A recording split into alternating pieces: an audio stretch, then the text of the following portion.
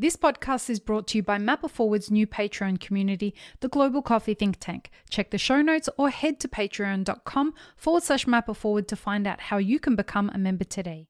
Welcome back to the Daily Coffee Pro by Mapper Forward, friends. I'm your host, Lee Safar, and I am joined by Werner Thie.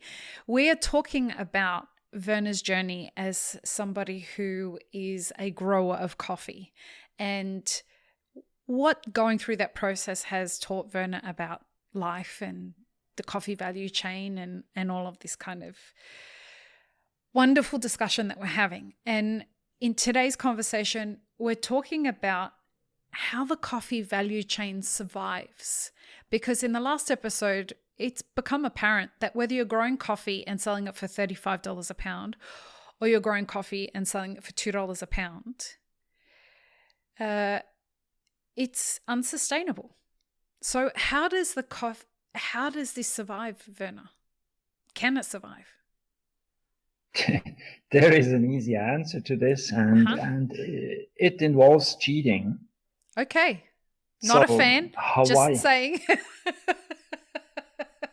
You know this about me, so tell me. Hawaii,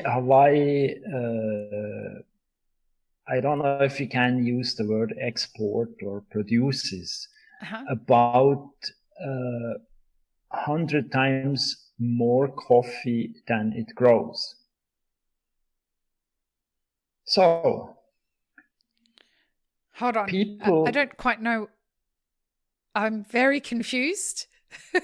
How does a specific strip of land? Yes, you can calculate how much coffee you can grow on that particular bit of land, which is available here in Hawaii. So we know the production figures, I would say down to the precision of 1% or so. So we produce a certain amount of coffee on a certain amount of land, which is scientifically provable. But if you look at the volumes of coffee being sold, and this is mostly guesstimates because the companies are not very forthcoming about their production amounts. So, but there are certain, say, sensory points and feelers out there which give you an impression of what's happening. And what's happening is that coffee from other regions on this planet, cheap coffee, is brought into Hawaii and relabeled as Hawaiian coffee. We currently have a lawsuit developing which involves quite a few of the big ones, and known people in the coffee selling industry, which have entered plea deals with compensations in the area or of tens of millions of dollars being fed back then to the farmers who have farmed coffee in a certain period of time. So that volume increase we observe in different parts of the world. I mean, that particular problem in Europe is known as the Italian olive problem. Right. Because the Greeks are producing olives in a much cheaper and they have much more volume. So the Italians just run them across the waters, and then they become Italian olives, no problem. And that happens with that relabeling of green coffee here, to the point that these companies are willing to enter plea deals with millions of compensation, which speaks volumes to me. They don't want to be found guilty. They create plea deals, which is, of course, in the marketing and capitalistic hell of the planet, a common thing that companies get away scot-free by just paying compensation. And with that, we end up in a situation where we have that industry oscillating between denial and then plea deals, and then again denial, and this on a frequency of maybe 5 to 10 years. Mm-hmm.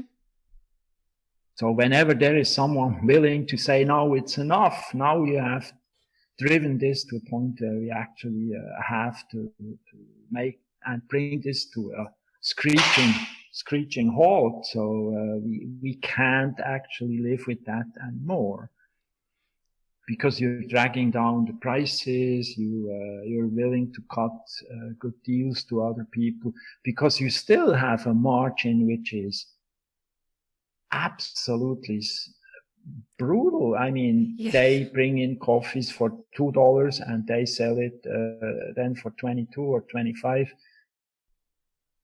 Yes, even if it's only to the tourists, because the tourists, they go into the commodity stores, KTA or Target or whatnot, and then they see, oh, there is the coffee shelf. So we Kona bring coffee. home some.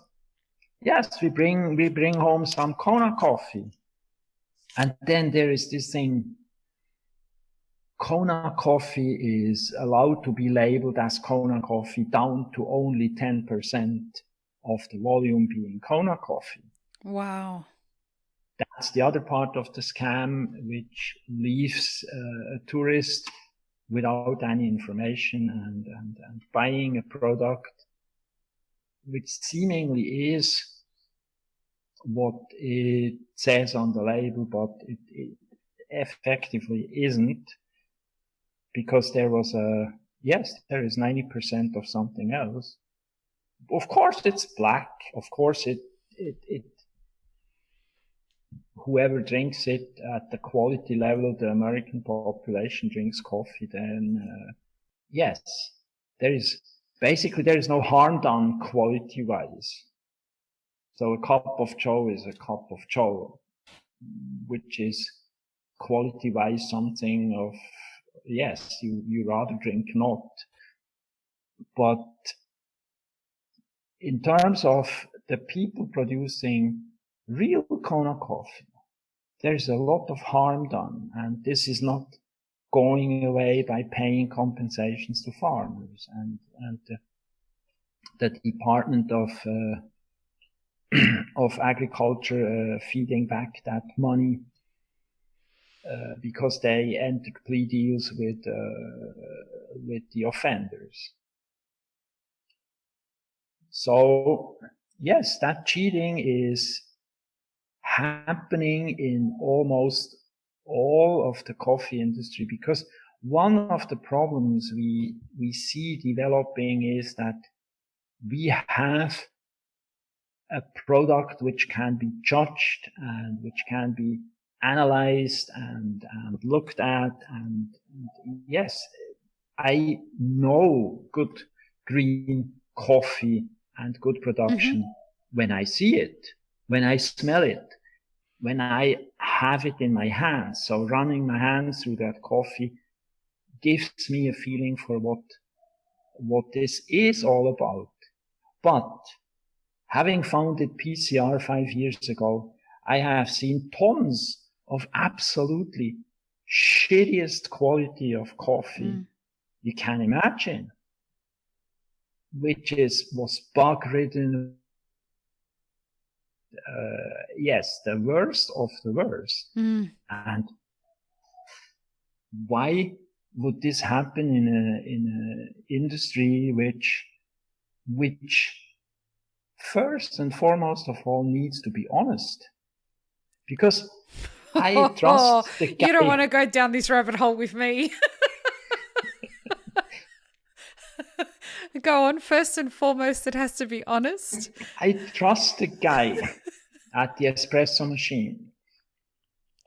So if I'm in Spain and I go into a bar and then I order a cortado, then I really trust that guy behind the counter to deliver an absolutely outstanding product.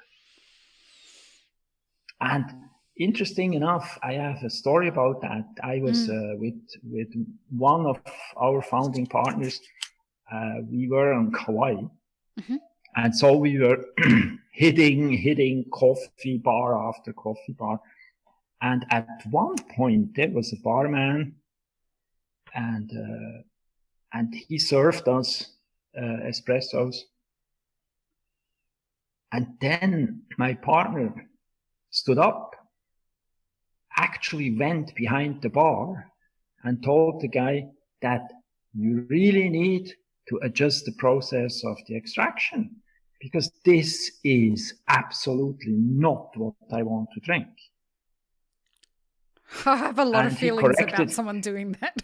Go on. He corrected him on the spot. So actually, yes, taking over the machine, making adjustments, and then producing an espresso which was markedly different from what we were served first.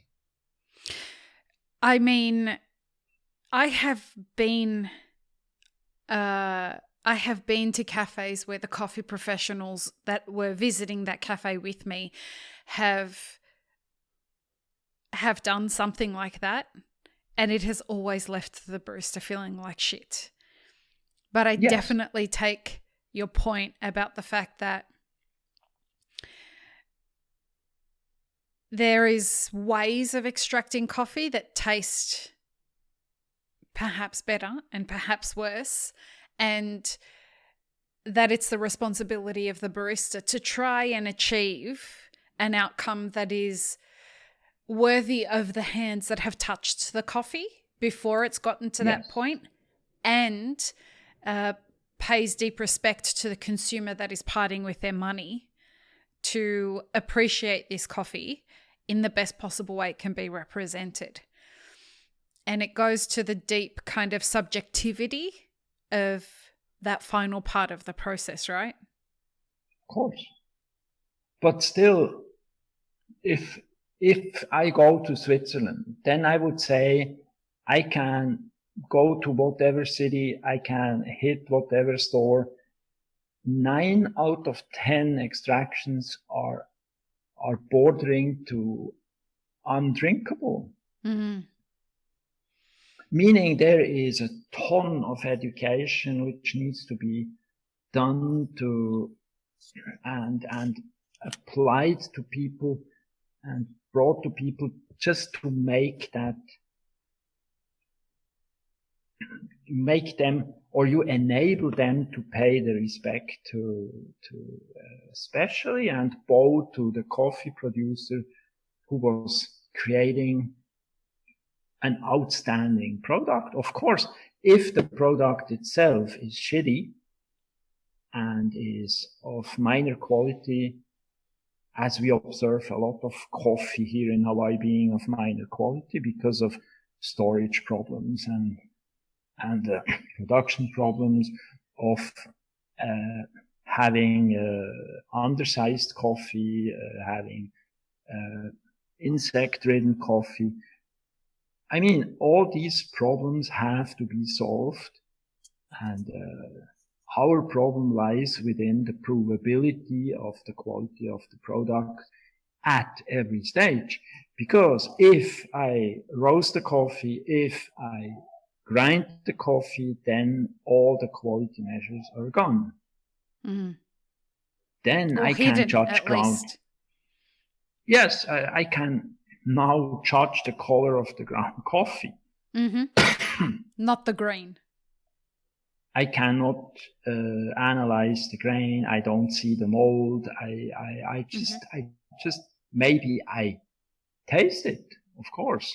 If you have enough training to be able to taste it. If you have enough training to taste it, and if you do the right extraction modes. And one of the things to kind of cover the tracks of shitty coffee even better is to roast really dark.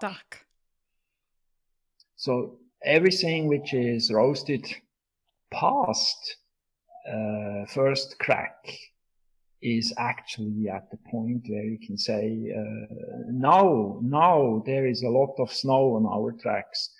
And the more we pull into second crack, the more we have a product which is not judgeable anymore on a level we would require for it to be real and honest and a product we can trust. And so trust on these chains is always the main issue we have. And the problem also is that this is serial. I mean, if one of these chain links of trust is broken, then the whole chain is broken. We don't have any alternative. So I need to trust whoever buys my coffee and then pays me in a decent way. This guy has to bring it forward to someone who roasts it. This guy has to bring it forward to someone who actually extracts it and sells a cup of coffee, which is, again, honest. And I see specialty coffee more on a level that it should be special in a way that it differentiates itself from the basic cheating. Not specialty coffee because it's special, because what's a non-special coffee? Something with 79 points? My friend, you are speaking my language now. I mean, this is everything that I think that is super fucked up about what we term specialty coffee. Like, does that one score, that's when it stops becoming specialty coffee? Is it now we've decided 79 is a non-specialty coffee, but we waved some magic wand and there's one tiny little fraction of subjective flavor that now scores this as an 80 and now we can call it specialty coffee? Or is the way that we treat the supply chain what determines that it's specialty coffee? Or is it the way that we communicate in the cafe as the final custodian of this complex agricultural product that we have the responsibility to brew and serve to somebody? Is that what terms what specialty coffee is? I was at the ACA in the first one in Switzerland. The very first one? Yes, I was accidentally, I stumbled upon the ACA. Wow. And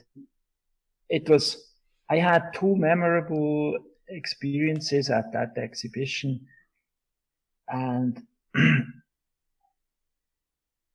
the first one being a roaster and packager who actually had a detailed account of the values and money exchanged on the whole chain, printed on the back of his bag. Mm-hmm. So there was the whole bag being vertical, having a lot of line items, but having maybe 26, maybe 28 items being listed on what price, at what price it was sold at that point, when it, when did it change hands? It was actually dated and everything. So yes, there was someone trying to bring honesty and clarity to that product he was selling. Mm-hmm.